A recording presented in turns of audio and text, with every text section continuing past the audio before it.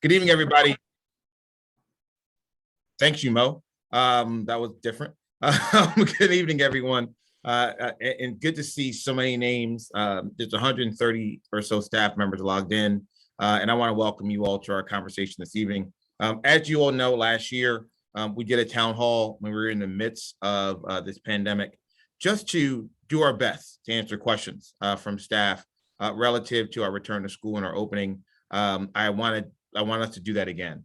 Our format this evening is as follows. I'm going to introduce Dr. Boxenbaum. She's going to say a few words. After that, I'm going to read a brief statement, just kind of giving you all some probably answers to questions that you may already have. And I would ask if I've answered them that may preclude you from asking those questions. We want to try to get to as many different questions as possible without us being repetitive. I would ask, just for the sake of levity and trying to, even in these type of formats, try to be, engaging in some way. Clearly, we will see your name, and I'll ask you, if you don't mind, put into the chat before you put in your question. If you went somewhere this summer, what was the best place you went to? Whether if it was home, great. If you went to Aruba or Jamaica, I think it would just be great for people to hear that other folks were taking time to themselves and their family, again, just to give us some levity as we try our best to answer the questions we hear.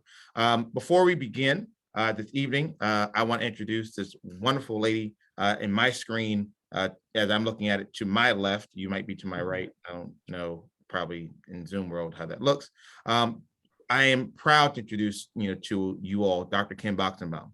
Dr. Boxenbaum come to us from the, all right, everyone's already starting Seattle. Boxenbaum comes to us from the New Jersey Department of Education. She's taking over for Ms. Davis, and she will serve as our Assistant Superintendent for Ed Services, and she will kind of go over her plethora of programs she now oversees, and a little bit about herself. So Dr. Boxenbaum, I'll turn over to you. This is our wonderful staff of the Teaneck Public Schools, who in the midst of their summer at 174 people are logging in just to be able to engage with each other. And this is what makes, I believe, this community so great and our staff so amazing. So Dr. B, take it away. Good evening, everybody. I'm really excited to be here today. I will let you know that I had the opportunity to go to Cape May and to Maine over my summer. Stop bragging. I really wanted someplace with a palm tree, but I wasn't able to make that happen. So I'm really excited to be here with you guys this evening. And I'm in officially week 3 of my beginning tenure in Teaneck as your new Assistant Superintendent of Educational Services. I've been working hand in hand with Ms. Davis as she's been helping me onboard myself into the department, as well as Ms. Johnson and Dr. Irving, Ms. Carlo, everybody at the Board of Education office. So I am going to be overseeing special education and nursing. The Educational Services Department also oversees McKinney-Vento, as well as we are now under our department is counseling services. So we'll be in charge of helping all of our counselors along with our child study team members, which I'm really excited about, to have our general education and our special education support staff working together under the umbrella of educational services. So I come to you, yes, from the Department of Education. I was recently there. I had a 2-year stint at the Department of Education before I realized how much I really just want to be back in a school district, working with teachers and other staff members, students, and parents and families.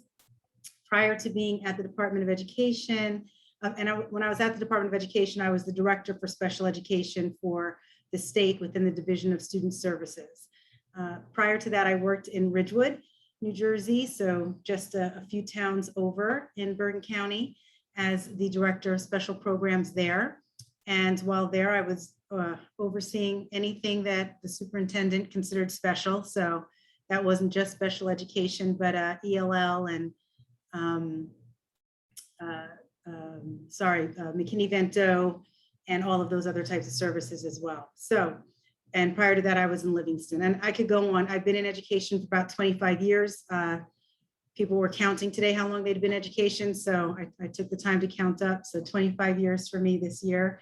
And I'm just looking forward to getting to meet everybody. I'm going to let you know now, I am really bad with names. I will remember your face if I see you on the street in front of a Delta gas station or at the Kings, but I'm not going to remember your name. So please bear with me as I try to learn everybody. I'm committed to trying to get around to all the schools and meet as many of you as possible, and everybody before the end of the school year. So I want to thank you very much. I'm a psychologist. I can talk forever. I'm going to be quiet now and let Dr. Irving take over and do his thing. And please, when you're at the Board of Ed office, swing by my office and say hi between now and the start of school if you happen to be in for any reason. Thank you. Oh, you're on mute, Dr. Irving. Haven't heard that too many times. Dr. Buck, thank you so much. So I'm going to ask you to just stay on, here. I may ask you just to kind of plug in and maybe chime in if there are questions that come up, especially related to special services. So tonight, we're here to answer your questions and hopefully alleviate concerns, but also to take down questions or concerns that we may not necessarily have an answer to yet. I think, we've been through this, folks. We know that we are still in the midst of this global pandemic. And while the circumstances are better, there are still circumstances nonetheless that loom over how we teach our young people, how we welcome them back into our district. And so I wanted to share with you, just some high level important information that we do want all staff to know. And so just bear with me because I am kind of reading from, a series of notes that I have, and then we'll get to our questions as we move from there.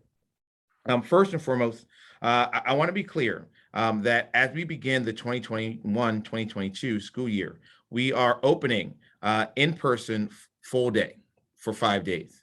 And so we are no longer doing the 4-day, Wednesday off model. We will be in person with our students, full day schedule as we move forward. All encores and special, courses will be in person following their school schedule. We will endeavor to make sure that for the first 2 or 3 days of school, that social emotional well-being and social emotional learning is going to be the focus. You all will hear from your principals as we begin that, from my perspective, it was disingenuous to jump right into the school year and say, all right, kids, we've been through the last year and a half, probably the worst time in many of our lives. It's time to learn math. We are asking you, and we will give you the tools and support to really help acclimate your students and just take an assessment for where they are. And you will see that for yourselves when you return. We will have our convocation, and the first activity you will have with your building principals is a check-in. We are humans first, and teachers and educators, close first or second for that matter. I care deeply about every single one of you, about your well-being, about your families. And again, it'd be disingenuous for me to say, hey, start setting up your classrooms, get your bulletin boards up, get your manipulators together before we really just check in with each other. And so we're going to ask you to experience that. And then we're also going to ask you to do that with your students, in your building. That will take a different look in every building, and we're leaving that discretion up to the building principals. We're giving them some guidance, of course, but we're leaving it up to the building principals over the course of the first 2 or 3 days of school to really be creative and innovative for how we help to support our young people and our families as they come back. While in person, students will not be working primarily on Chromebooks. We are encouraging you all to return back. Albeit it might look different. We're encouraging to return back to the level of interactive instructional measures that you conducted before the pandemic. Of course, the use of Google Classrooms in your Chromebooks are going to be a component of instruction, but I want you all to know that your Chromebooks are indeed tools that you can and should utilize as you all move forward. But getting back to doing what you all do so well and making sure that what you all do so well is going to be so critical and important. We will continue to provide students with technology-rich experiences as we move forward. That is so critical and important. All students, will keep their devices, and if they've been returned for some reason or had been exchanged, they will have them as we start, the year. And for new teachers who will be joining our community, there's going to be a significant amount of professional development to ensure that they are caught up with all the work and all the investment that we did over the last year and a half. In addition to that, just some other areas that you all may want to know about with regard to cafeteria, recess, physical education classes. Our administrators will stagger meal times to allow for social distancing. We will have self-serving buffet lines that will be pre-packaged, and we'll have pre-packaged options only when kids walk through their meal lines, with some availability for students to eat meals outside or in classrooms that will be monitored by either paras or monitored by lunch aides or Machio staff for those lunch periods. Recess will also be held in staggered shifts with efforts to promote social distancing and hygiene protocols. Physical education classes will be held in person with a focus on fitness. Teachers will continue to use social distancing protocols as well as limit the sharing of equipment. Classes can and are encouraged to be used outdoors, depending on the weather and as we move forward. With regard to the health and safety component, let me begin with mask and mask wearing.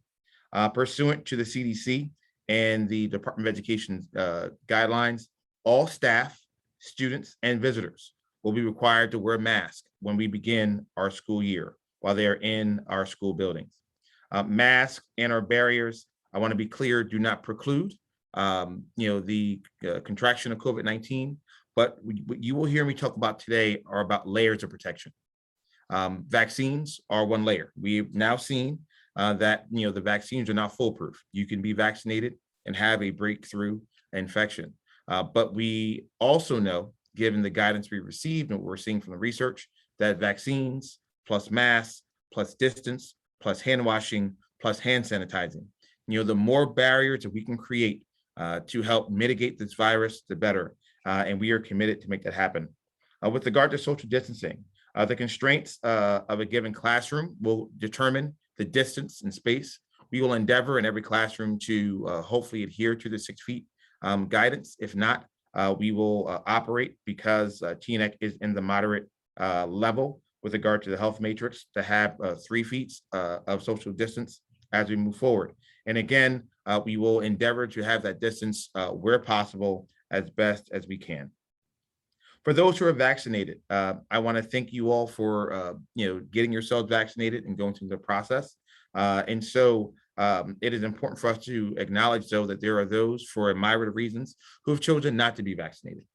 We are moving forward with a protocol that those who are not vaccinated will have to take part in weekly COVID tests. We will produce more guidance and more information on that protocol as we move forward. For those who have submitted their vaccination status, thank you.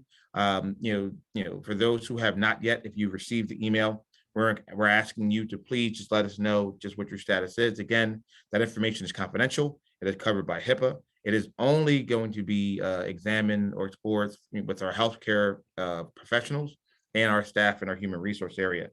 It is done not to be nosy, but to keep us all safe and to ensure that we know where people are and what their status is, especially when it comes to contact tracing as we move forward. We will produce and share with staff as we approach the start of the school year, what the quarantine measures will look like for the district. I'm not going to get too deep into the weeds with regard to that. All I will tell you is that guidance will be released to you all and to our parents with regard to guidance relative to exposure. The reason why I say that is because if I told you all what the quarantine period could be today, I am not joking. I think you all know this. In a week and a half, 2 weeks from now, what I can say today may not even matter. And so we're going to try to produce the most up-to-date information right before you all come back to school, so you understand if there is an exposure in a classroom, if there's an exposure in your real life, or to kids for that matter, what determines the length of time before someone can return back to school, and most importantly, how much time would a student or a staff member have to be out. What we have decided as a team and as an administrative team and with the board support is that if indeed a staff member or students are quarantined, that instruction will continue to be delivered in a remote fashion. And so many of us experienced that, over, the spring timeframe when there were staff members who were quarantined and had to teach from home to a class that was live in class or a class that was remote. The circumstance will determine how instruction will be delivered. And so if there is a staff member who is quarantined, unfortunately, for whatever reason they may have, that staff member will then teach from their home to the students who are in class. If students are quarantined, we will be working with the administration and with the respective unions to ensure that we give clear guidance for the expectations of what it is expected of you all to teach to. Oh my goodness, sorry about that, folks. So y'all may know the new office, we're trying to be green, and so if you don't move, the lights turn off. Give me 1 second. Sorry about that, folks. There we go. And so that may happen again at some point in time as we move forward. Hey, Kevin, if you can type your question into the chat. We're not going to be pulling people in. All the questions we're going to use, tonight are going to be typed into the chat. Thanks so much, Kev. Appreciate you.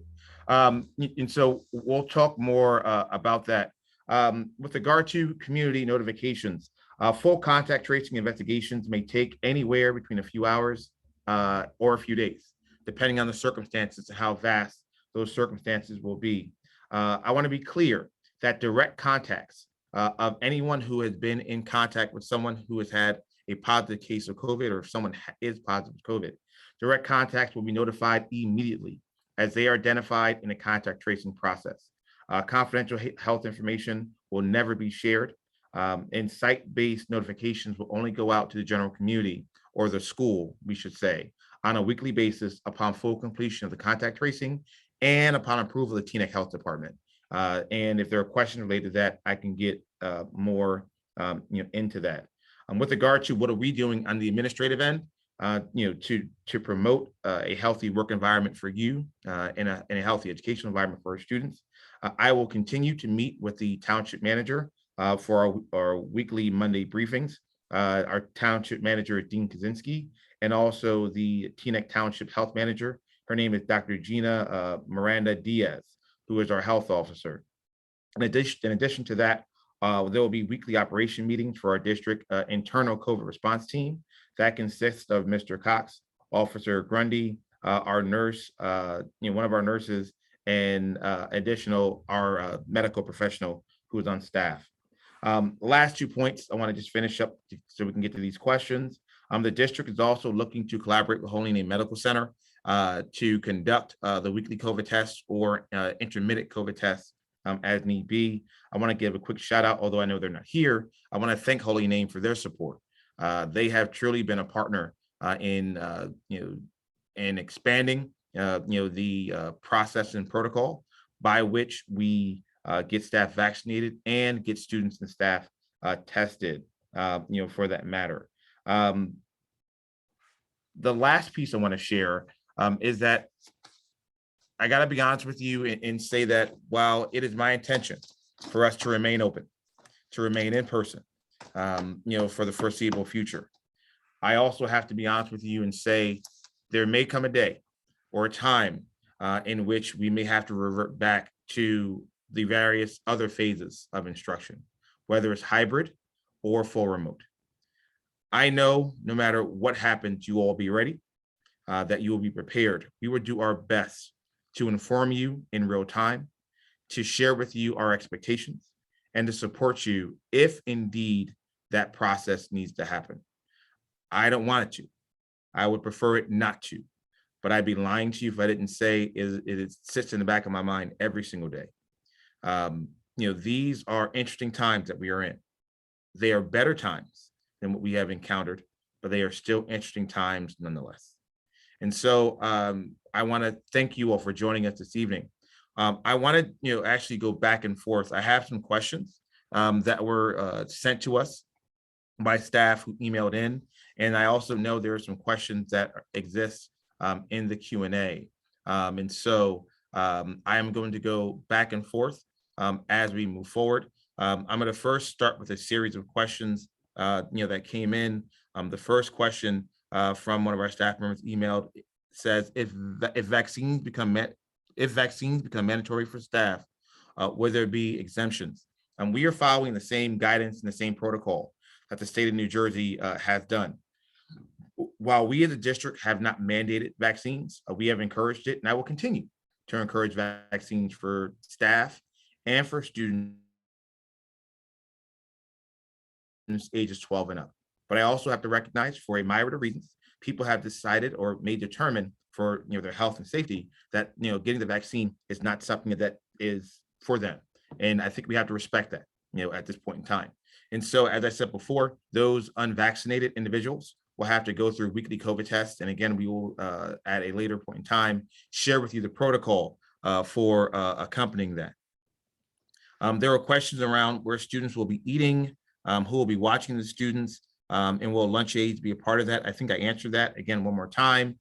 We will endeavor to use as much space as possible to keep students in eating, pods or cohorts for that matter. Lunch can be had in the lunchroom, clearly, in particular classrooms or outside. The building principals will be working through, with the Macho staff, what is the best model and configuration. It'll be the expectation that our lunch staff and our paraprofessionals will serve to help support that as we move forward. I'm going to go to some of the first questions in the chat. And so Gerald Henry, good to see you, Gerald. Gerald has a question. If we submitted a copy of our vaccination cards last year, do we need to submit it again? No, you do not. That is held on file. Gerald, you shouldn't received a notification as we move forward. Only folks who were not vaccinated in the last round when we did that assessment or survey of staff should have received that notification. I know that to be the case because I had COVID in December, and when we did the round of the questionnaire related to COVID vaccinations, I couldn't be vaccinated because I had to wait. It was, I think, 3 months at that point in time. I subsequently received my notification and uploaded my information. So hopefully I will not have to see that notification again as we move forward. This is a question from a staff member, anonymous. Will building staff meetings be held virtually? Great question. We actually, Dr. Boxenbaum, we addressed that conversation today. I have encouraged building principals to do the best they can to use their best judgment, to hold in-person staff meetings when necessary and virtual staff meetings when necessary. And so your building principals will be empowered to make the best decision possible for the modality that they feel is necessary. Again, masks will be mandatory. Social distancing will be a part of that process as we move forward. I'm going to move to the next question in the chat, and then after that, I'll go back to some of the questions that were submitted ahead of time. Ms. Norris says that in regard to social distancing, will there be smaller class sizes in order to ensure that social distancing is enforced? The quick answer to that is no. We will operate with very similar class sizes that you have been accustomed to in years past prior to COVID. It is important for us to recognize that the CDC guidance encourages 3 to 6 feet when possible, when necessary, and we will do so. But again, that is why these layers of protection are so important as we move forward. Desk shields, masks, social distancing, when we can, encouraging students and staff to be vaccinated. And so you should expect your class sizes to be, the same as you encountered prior to the pandemic. As you all know, I will never lie to you. I'm not gonna, try to flub an answer. I'm gonna just tell you, what the answer is and where we are with regard to that. I'm gonna go to some of the questions that were submitted. The question from, Ms. Armstrong is: are we still requiring wellness checks? The wellness check before you get into the building, in addition to the mask mandate. I've answered the mask mandate question. The wellness check, option we are still working through. We have not made a decision formally for how the wellness checks will be utilized. As we approach the next week or two, there'll be a final decision made for what that means. There is competing thoughts relative to the efficacy of the wellness checks. and about whether or not parents may try to go around that. But there's also the other train of thought that it at least forces people to have to think about it and fill it out as we're moving forward. And so we will hopefully have better guidance on that as the weeks approach. Um, there were questions with regard to lunch and 3 to 6 feet. I've answered that. Gerald, you just asked one question, but you also got about six here. So I'm gonna ask read two of yours. I think I've answered the lunch question, the outdoor question, the lunch aid question. Um, this is a great question. So Gerald asked, what changes will we see regarding remote learning as it is needed during times of closure, as has already been the case in southern states where schools were shut down due to COVID outbreaks? I believe that the circumstances will dictate how we respond to that, right? If there are isolated cases, or if there's an isolated case where there's a COVID outbreak in a classroom, and I want to be clear, an outbreak is described as potentially more than two cases in the same vicinity in the same window of time. And so, while two cases may seem small, the CDC, indicates that that is considered an outbreak. And if indeed that does occur, the staff member and students may be asked to quarantine for a specific amount of time. While the time they are quarantined, instruction will continue in the manner of the remote fashion that we were accustomed to last year. As many folks know, or many folks experienced or heard when other people were quarantined. I am going to go to the next one. Next question that in the chat. The question is, are you asking for students to be vaccinated or take a negative COVID test prior to starting school? If not, are they subject to weekly COVID tests like staff will be? It's a great question. I got to be honest with you. We have tossed around that idea of students being tested. At this stage, at this point, we are not at a point where we're mandating vaccines for students age 12 and up. And we are not at a point where we are mandating students be COVID tested weekly. I want to be clear, that could change. And that could change, literally at the drop of a dime, relative to the circumstances of our state. But at this point in time, that is not, our position from the administration. Ms. Norris, great question. Will COVID testing be available to vaccinated staff as well? Absolutely. We want to do everything we can to support your health and your safety. And I do mean everything that we can that's within our control. And so all staff will have the access with Holy Name Hospital, to take, the opportunity, to be COVID tested as well. I just want to acknowledge there's someone who submitted a comment. And so just know I hear that comment. I will certainly take that information, and I will certainly review that as we move forward. There's another question. Will field trips be happening this year? We are endeavoring as best as we can, again, to seek normalcy. That level of normalcy will determine or will be dictated by the circumstances that exist. If we can allow students to travel safely, and the facilities in which students can participate in field trips have conditions that we are comfortable with, I will support field trips for students. We did so with Thomas Jefferson last year. They had a school trip, or an 8th grade trip, over to the Teaneck pool. It required a lot of hoops and a lot of hurdles for us to get through, but it was important for us to make sure students had those experiences as we move forward. Eric, you have a two-part question. I'm going to read them both. First question is, are we currently planning a specific plan for virtual learning? Should that be necessary? And the second question is, if there are several cases in a school and several students and staff need to be home, what will learning look like? And I think I've addressed the latter question, that remote learning would be our option. And I think we've addressed the first one. Are we planning specific plan for virtual learning should that become necessary? I want to reiterate and state, the plan is as follows. We will systematically, if the need becomes, to to regress fully as a district, not case by case, not class by class or a particular cluster of students or staff. But if we need to return fully to some level of a remote option, the first option that I will recommend to the Board of Education would be a hybrid option. In the hybrid schedule that we experience. Again, not optimal, not perfect, but at least trying to preserve some level of integrity with having students in a school building.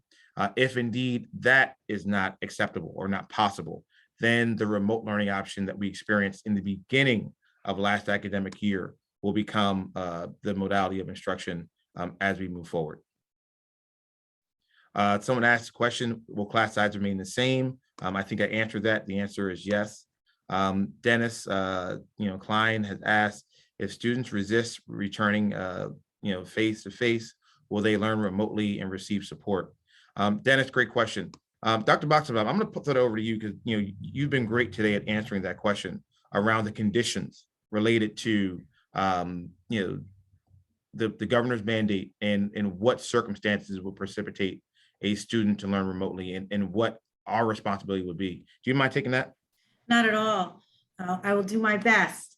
And of course, as everybody is aware, and I'm sure Dr. Irving has mentioned, if not on this call, because I've been with him for quite a number of days now, he has before, which is what we say the governor, what the governor's saying today may change tomorrow or in a couple of weeks. But when it comes to students who are having any particular challenges, especially we have students that have significant medical issues who may not be able to get vaccinated, that might be contraindicated for them. And so those are conversations, our students with identified disabilities, be they through an IEP or through a 504 plan, those are conversations that need to happen with the parent and the child study team or the school counseling and outreach staff in order to determine what is the most appropriate environment for them to do their learning in. I think that, at the end of the day, whenever we're talking about making sure that our students are fully included, we're going to follow in special education what happens in general education in terms of what the remote option would look like. If a student is for some reason out for a medical reason and they need to stream into the classroom, then that's what our special education students will follow. If for some reason they have to be out, then we have to talk about what their IEP calls for and whether it's going to be appropriate to tweak that model. When it comes to their services, it'll be the same thing. But as much as possible, we're going to have our special education students, our students with disabilities, model and be fully included in the general education setting and in the general education instructional model. Thank you so much, Dr. Buxenbaum. I think you did a hell of a lot better than me. So let me move forward. I'm going to go to some questions from Yvette Ortega. Asked a question in reference to class size and social distance. I think I've answered that. Let me go to some of the questions from Roberta Weiss. She submitted those in. These are great questions. Will there be provisions, tents, tables, etc., to encourage lunch and meeting outdoors? The answer is yes. We have received a series of orders from the principals with regard to outdoor, instructional spaces. Principals will be encouraged to use those outdoor spaces for instructional time, as well as, in recess and, lunchtime. Again, using good sense and common judgment. If it's 30 degrees outside, we're not going to do it. But we're going to try to take advantage of, the good weather for as long as it possibly can as we move forward. Another great question: how will students wear masks all day in hot classrooms that do not have air conditioning during September? That is a real possibility in our schools. As you all know, many of our schools are not air conditioned, and we know what the June month and the September months feel like in our schools. We will, from the administration end, be very sensitive, to the weather reports and the circumstances that are happening in our schools, and factor in the requirement for wearing masks. That may result in us having an abbreviated schedule on a particular day if we feel that the heat index is rising much higher than what I am comfortable with as the chief school administrator. But it also is going to require the building principals and you all as faculty communicating with the principals about your circumstances and about the challenges that we're having. I'd love to tell you that I have all the answers here. The truth is I have a lot, but I don't have them all. And I'm leaning on you all to communicate with your building leaders. If indeed there are circumstances in your building that you think are challenging, we are doing our best, folks, to try to forecast, to try to anticipate as many issues as possible. But I also acknowledge that there are going to be things that come up that we didn't forecast, that we didn't anticipate, scenarios that we couldn't think of. And in those moments, I'm going to need you all to go to your building principals and to problem solve together as collaborators, as educators, as we move forward. Two more questions from Roberta. I just want to make sure we knock these out. Will we know the vaccination status of students and faculty? The answer to that is no. What you will know is our vaccine percentage of staff. We have not asked that of students. And so, the surveys that you all have participated in have been a part of that. Gerald indicated that he submitted his information and still got the survey. If you did, no need to fill it out. If you have not submitted your information, or if your vaccination status changed, like mine was from being unvaccinated to being vaccinated, we would ask you to please complete that survey. And we talked about the vaccination mandate for faculty. All right. Let me get back to the questions who are here. There's a question of, do we need to get a COVID test before the school year begins? We are weighing that option right now. The concern I have is less about the beginning of the year and more about actually the holiday break. We have roughly about a 7-day stretch between the high holy days and the break that we have for the holiday.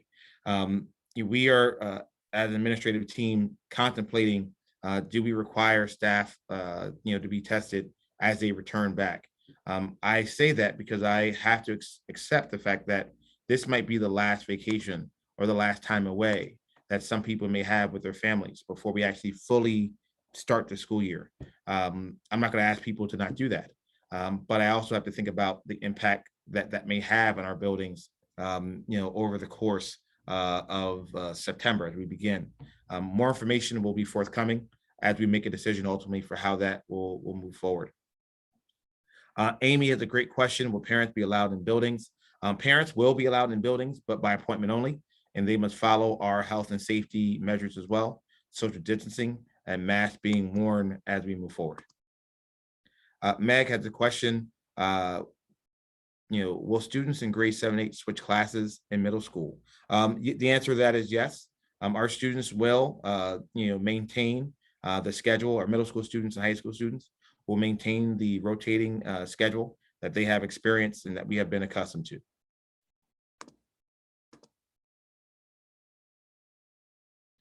Next question is, and I apologize, folks, I want to make sure I'm reading it and processing the question before I ask it. The next question is, will mandates for substitutes remain the same?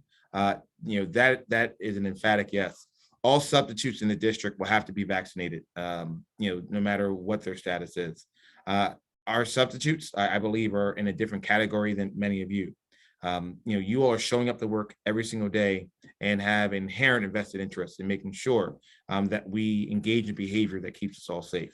I am not trying to say that substitutes don't have that same belief system, but as we know, substitutes have the opportunity to sub in different districts, and different districts and different towns have different requirements.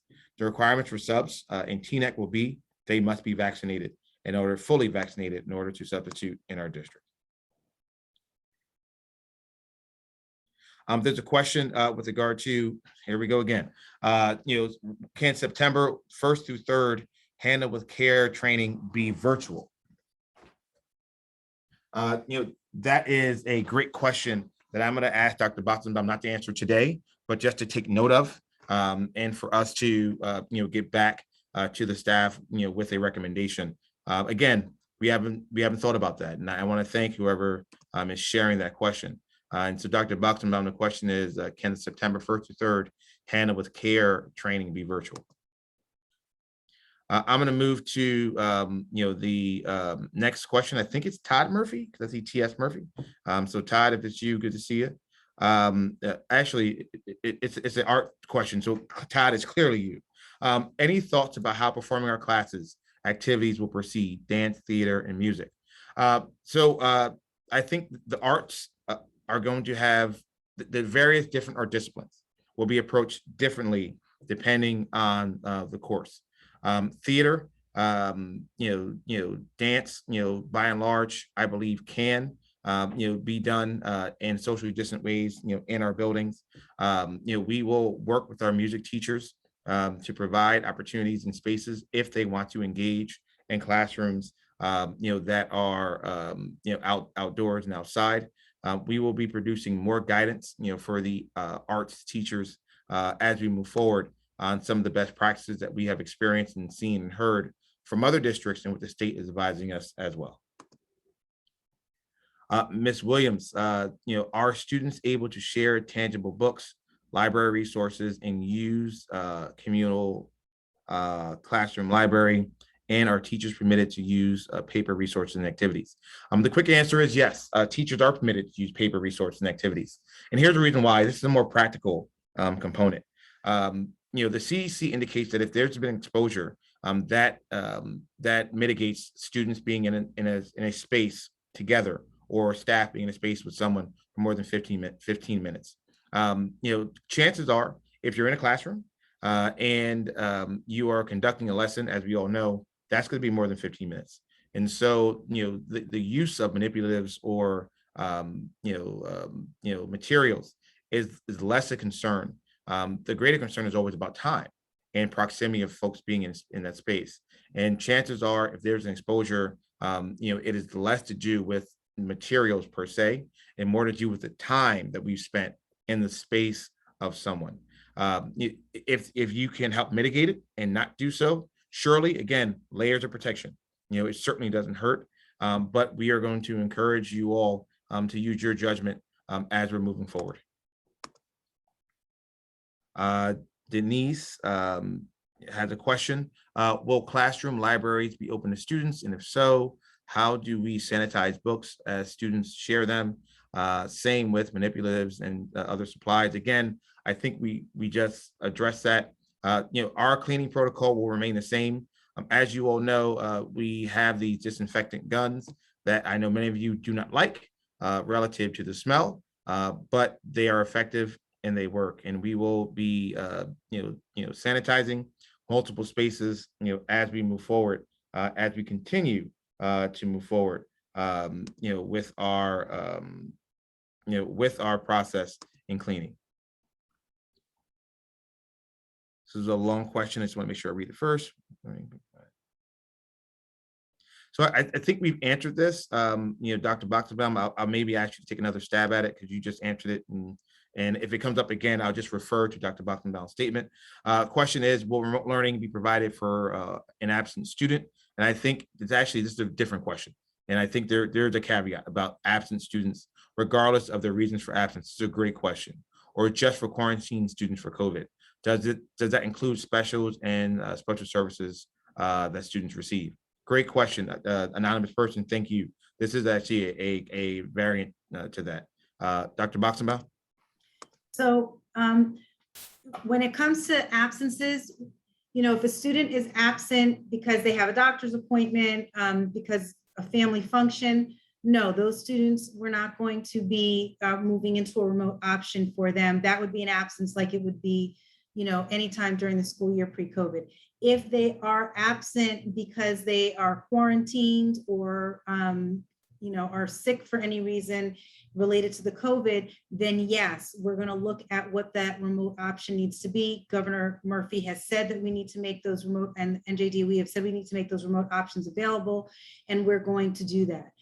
When it comes to, again, their need for special services or anything that's IEP based, we're going to handle those absences the way we would during a regular school year. If a student is absent and they require a session of PT or, speech and language, then, the protocol would be to try to make that session up. So that would follow the same protocol that has been in place. If they are out and quarantined and require those services while they're out, then yes, we're going to talk about how those services worked last year in terms of the remote option. Obviously, that again, that's not ideal. Some services are easier, like a counseling is easier to do than a PT session, but we're going to look at those options in place. We have to make sure that we're following students' IEPs. The Department of Education, both our state department and the U.S. Department of Ed, has been very clear that we have to provide, FAPE and IEP services to students to the best of our ability, given the circumstances that we're dealing with. So we will be moving to make sure that we're doing that as well. Again, those are going to be on a case-by-case basis and very circumstance specific. Thank you so much, Dr. Boxenbaum. Next question, great question, and I knew this was going to come up. And so, Mo, this is actually for you. Mo, I don't know if you see that question. Can you give an update on the new laptops for faculty? When will we have them? Will we have them at the beginning of the year? Mohammed, are you there? I am here. I just don't have a camera, Doc. Okay. Yes, we will have the laptops distributed. My department has been working on migrating over to the new antivirus software as well as the new management software over the summer. We had about 10 units that we were able to play with and test and make sure that they work with all of our peripheral devices. They work with our the softwares that we use within district, and we'll be scheduling deployment relatively the same way that we did with the Chromebooks, where we'll go school by school, and they will be given out at the beginning of the school year. More details to come. Thank you so much. And again, I want to thank members of our faculty and staff for expressing their frustration and concern in reference to the Chromebooks and the limitations associated with it. And I want to thank you for your support. I think you all know, if you don't know, there's a little bit of a hurdle, for us to get, our Board of Education understand the importance of it. But I appreciate all of you for helping to make that work. So it's 7:47, and I have 28 questions in the chat. So I want to try to get to as many of these as possible. Sabrina asked, will paras get paid if they are asked to quarantine? At this point in time, our position is if paras are asked to quarantine, that there will be compensation for them, very similar to staff. We are working with Kelly Services to ensure that that gets put into our contract as we move forward. Next question is, can masks be removed if students are outdoors and distance? The quick answer is yes. Again, we are following the same guidance that we know in our lives as the CDC has recommended.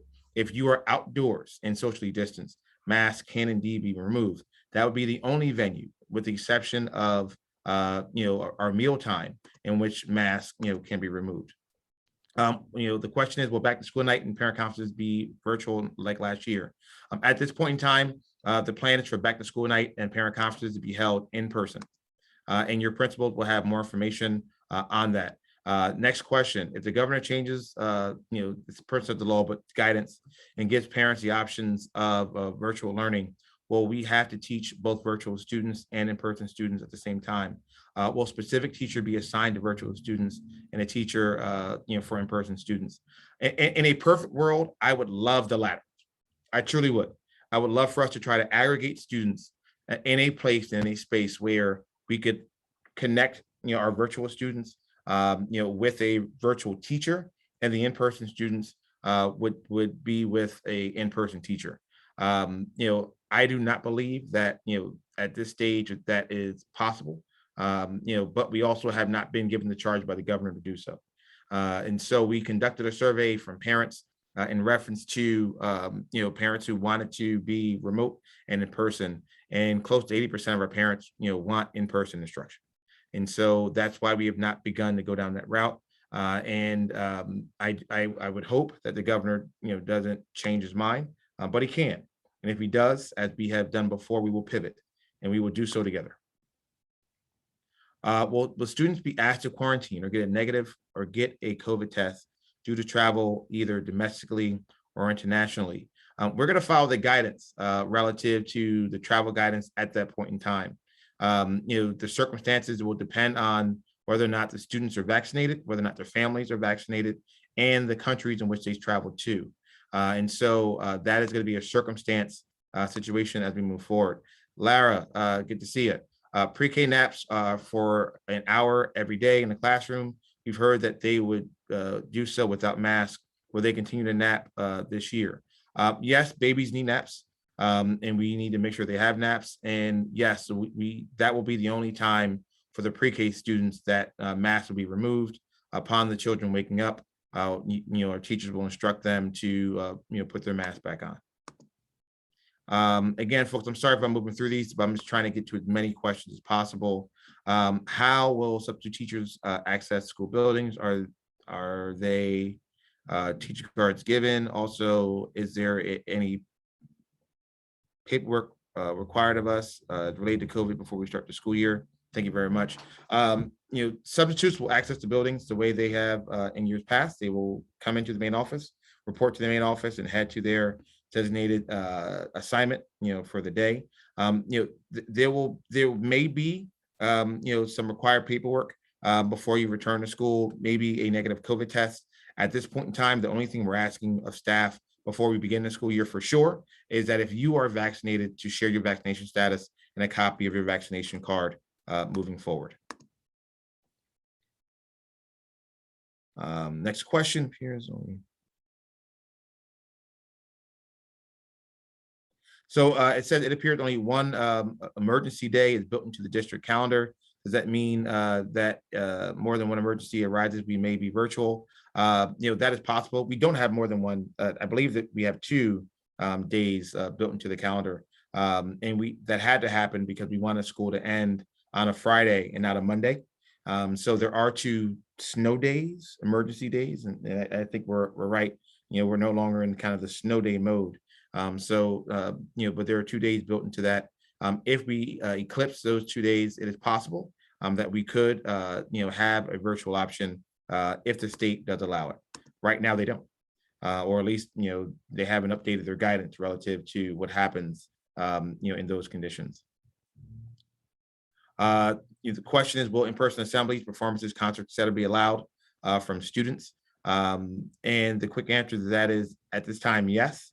Observing social distancing and observing the health and safety protocols that we have in the district. Next question. The mask mandate, temperatures. This is a question in reference to temperatures in the building. I think I've answered that question already. So I'm going to move from there. Have you considered natural immunity? Will those individuals need to test even if they have natural immunity? Quick answer to that is yes. Will we be offering mask breaks for students in classes? So what's the protocol for doing so? That's going to be left up to your principals to identify when and how mask breaks can be taken. I am encouraging the principals as well as teachers to use your discretion to do those set mask breaks.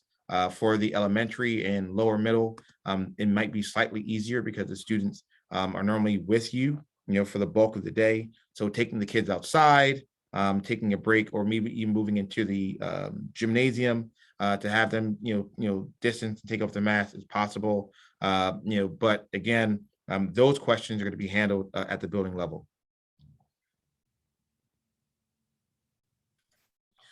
Dennis has a great question. How do we handle fear or caution as a reason for resisting face-to-face attendance?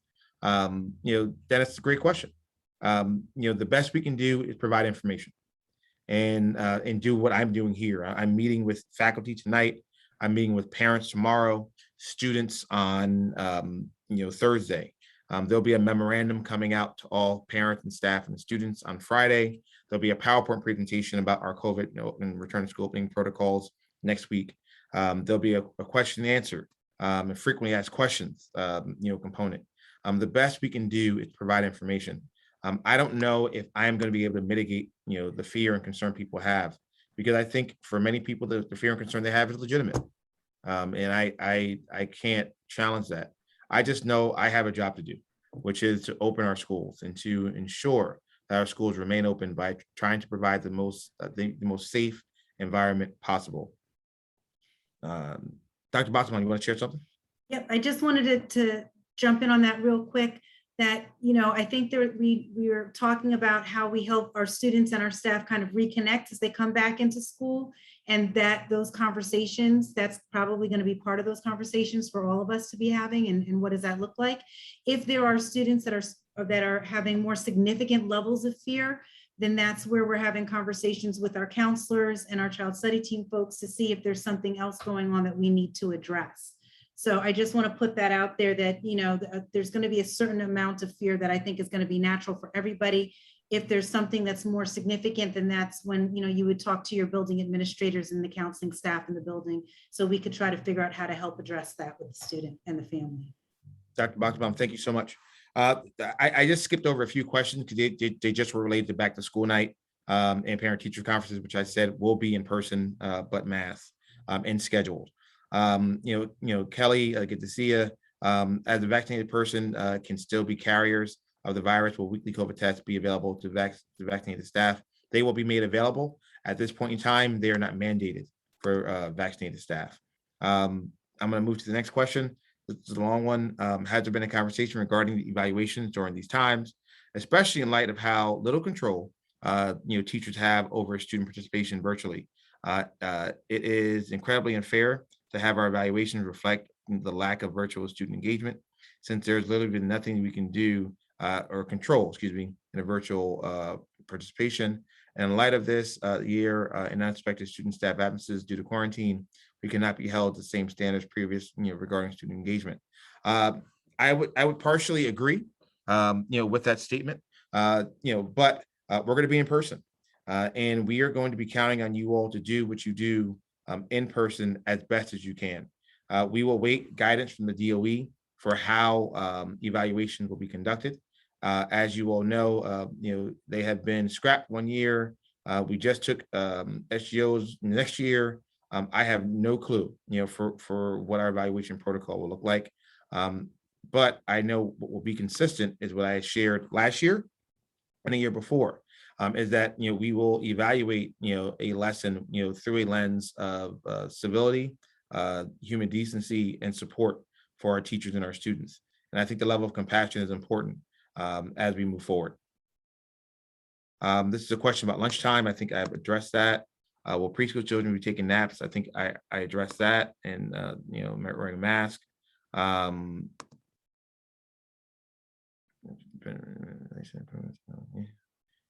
You know, thank you so much, Terry. I see that. I'll make sure I get to it. Lance, good to see you, buddy. Will middle school and high school PE students be allowed to use their locker rooms to change for class? Great question. I don't think we have an answer for that yet. Dr. Boxenbaum, let's put that down. You know, we certainly know we want PE, you know, to be conducted. And I think we need to go, you know, and speak with Mr. Murphy about the best guidance for how we do that. Lance, great question. Thank you so much. You know, if we are able to keep our numbers low and spacing, et cetera, will assemblies and school performances be allowed? I think I answered that. The answer to that is yes. Dr. Boxenbaum, this is a special ed question. Special education classes require much more close contact between teachers and students. Will class sizes be minimized as to lower class exposure and risk? I think I've addressed that, but if you want to share something with regard to that, go for it. No, I think you did address it. I think, you know, we're going to keep class sizes the same as they have been, making sure that we're following all of the mandates and code. If there are specific issues or challenges that are happening in specific classes, depending on what's going on with the students, then we'll address those on a case-by-case basis, so we can make sure we have the right supports in place for everybody. Thank you so much. And folks, we're going to finish soon. Just bear with me to 13. I'm going to try to see if I can hammer these out if I can. Has there been any thought given to the change in length of class periods? There has. I do know at the high school, there is some conversation with regard to an adjustment of the block scheduling, but no final decision has been made. At the other grade levels, the class periods will remain the same. Next question from Allison is, will snow days be reinstated in the schedule, or will be remote, or will we be remote if inclement weather arises? I think we indicated, you know, we have 2 days on the calendar, and we will make a decision. You know, I will make a decision as we move forward, you know, for how and when those snow days will be utilized, and if or we will require. You know, will building principals be sharing their building plans with the teachers? Absolutely. You know, this collaboration between our teachers and our principals is going to be so important. And our building principals are being instructed to produce guidance for you around expectations of staff and of students as we're moving forward. I met with Dr. Boxenbaum and Ms. Johnson today in reference to that. This is a question with regard to the rate of pay for paras. Unfortunately, that is a negotiated standpoint between the board and Kelly Services directly. I think we answered the snow day question. We got Coach Griffin on here. Will lunch be in the cafeteria? If so, will students be socially distant? I think we answered that question. The answer is lunch will take place in the cafeteria, potentially classrooms and other spaces. And yes, they will be socially distant. Information or professionals. There's a question that says, are paraprofessionals required to be vaccinated? Right now, the only requirement we have for staff or contractors to be vaccinated are substitutes, but paras are encouraged to be vaccinated. Should windows remain open in classrooms? CDC guidance indicates that if we can, when possible, having windows open allows, again, for another layer of protection. Again, this is within reason. If it's 30 degrees outside, we're not going to keep the window open. And so I would encourage on those very nice days for us to do so. But this is where you all come to play, and you've all got to use your best judgment, for what is comfortable for you and for your students. Are there any restrictions in place for classrooms besides distancing and keeping a mask on properly? I think maybe the person means measures, they say restrictions. The desk shields will remain the same, in our classes when necessary, and the social distancing and our masks will be the three main, physical or visible, components as we move forward. Dr. Boxenbaum, will IEP meetings be held in person or virtually? Yes, and yes. Thank you very much. So both will happen. Thank you so much. I got a few more left, folks. Just bear with me. I'm trying to get through them. The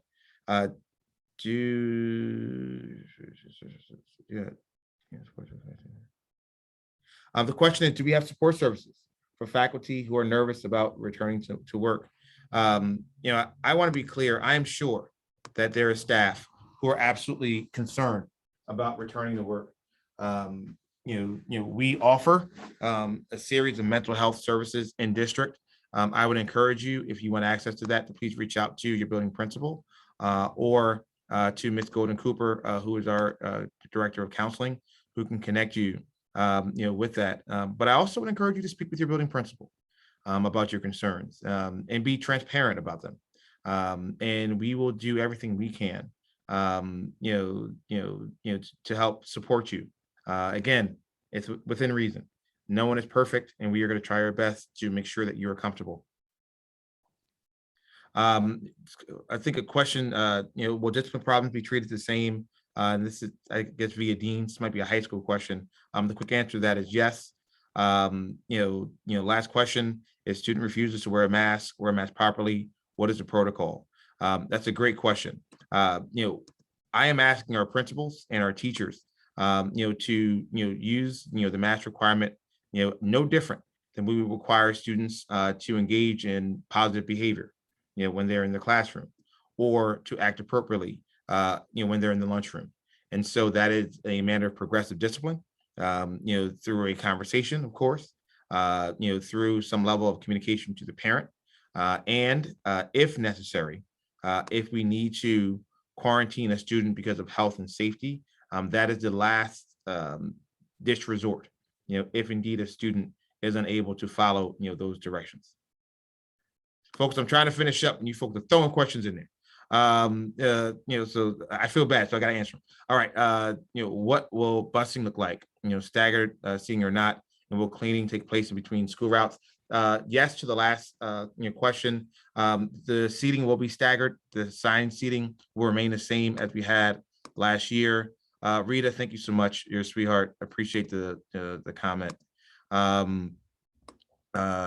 What is the current staff vaccination percentage? As of last school year, we were at close to 78%. It is my belief that number has indeed gotten higher I am looking to crunch those numbers and have that information. I'll be able to share that percentage by next week at the board meeting. Whew, okay. So first off, thank you all for joining me this evening. These town halls are really interesting because I am, always, on the hot seat relative to trying to answer these questions. Debbie, I'll get your question in one sec. But I want to, just be clear that we've done a great deal over the summer. At the high school, we've changed, all the units, in the air filtration in the high schools. We have gone through every single building to ensure ventilation, the units are properly installed and are working. I want to remind all staff that we will meet again and converge together at our superintendent convocation. That will take place on September 1. I want to give a quick shout out to the TTTA for helping to sponsor the breakfast that morning. So thank you, John Dean, and his wonderful membership and leadership for fitting the bill for that. But our convocation is going to really focus on our plans for this year and focus on our level of support for each other, as we move forward. And Debbie, to answer your question in reference to, mandates that are given by building principals, your building principals are going to really be the go-to people as you, I'm coming, they're going to be the go-to people, as you move forward. I want to thank you all for joining us tonight. Thank you for, asking your questions. Thank you for, posing questions that we didn't think about. And we will certainly provide answers to. In order for us to open this year, we're going to need every single person, every single staff member, every single paraprofessional, every single administrator, for us to ensure that we're opening with the level of fidelity, with the level of support, and most important, the level of love. I appreciate you all. Please, I ask you to stay safe. We will engage more together. I promise you that. I will be visiting every single, school and building within the first month of school relative to your, faculty meetings. And I'll be taking part, whether they're in person or remote, to answer any additional questions you have or to provide any further clarification we have at that time. You folks know I try my best to remain accessible, and I will do so. I love you all. I appreciate you all, and I celebrate your fine work in the work that we did last year. And it's amazing how time flies and the work we will do for this year. There's another meeting that I'm being called to at this point in time. So I bid you all fond adieu. Please enjoy the rest of your summer. Take the time for your families. Take the time for yourselves, so that we can come back together, celebrate this journey that we've been on as survivors, but most importantly, be able to jump back in with our students and serve them and support them, as we try to serve and support you as well. Thank you all. Dr. Bachtenbaum, great job for your first go round. You did great. All right, great. Thank you. So I can come back tomorrow. They're not Yeah, going to deactivate my first pass. impression, the last impression, folks. She's pretty cool. So I would encourage you all, if you're around, to please, meet Dr. B. She's a wonderful educator, and we're lucky to have her in our district. Good night, everybody. Take care. Thank you. Good night, everybody. Thank you very much.